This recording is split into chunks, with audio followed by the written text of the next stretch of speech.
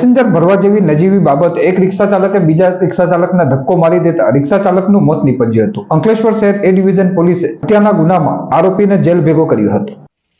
અંકલેશ્વર શહેરના પિરામણ નાકા નજીક પેસેન્જર ભરવા જેવી બાબતે એક રિક્ષા ચાલકે બીજા રિક્ષા ચાલકને ધક્કો મારી દેતા રિક્ષા ચાલકનું મોત નીપજ્યું હતું। અંકલેશ્વર શહેર એ ડિવિઝન પોલીસે હત્યાનો ગુનો દાખલ કરી આરોપીને ગણતરીના કલાકોમાં ઝડપી પાડ્યો હતો।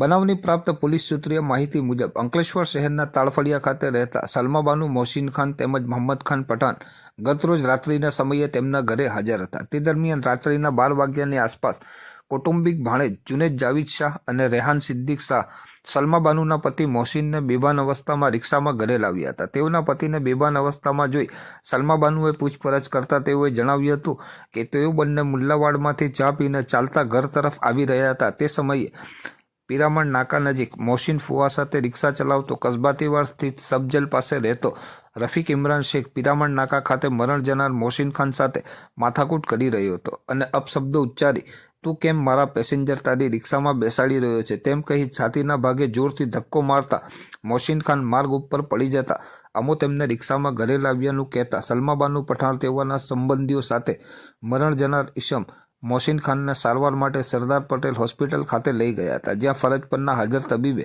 મરણ જનાર મોહસિન ખાનને મૃત જાહેર કરી અંકલેશ્વર શહેર પોલીસ મથકે જાણ કરતા અંકલેશ્વર શહેર પોલીસ મથકનો સ્ટાફ સરદાર પટેલ હોસ્પિટલ ખાતે દોડી આવ્યો હતો। મૃતકની પત્ની દ્વારા સમગ્ર હકીકત જણાવતા અંકલેશ્વર શહેર પોલીસે હત્યાનો ગુનો નોંધી રફીક ઇમરાન શેખને ઝડપી પાડી આગળની વધુ કાયદાકીય તપાસ હાથ ધરી હતી।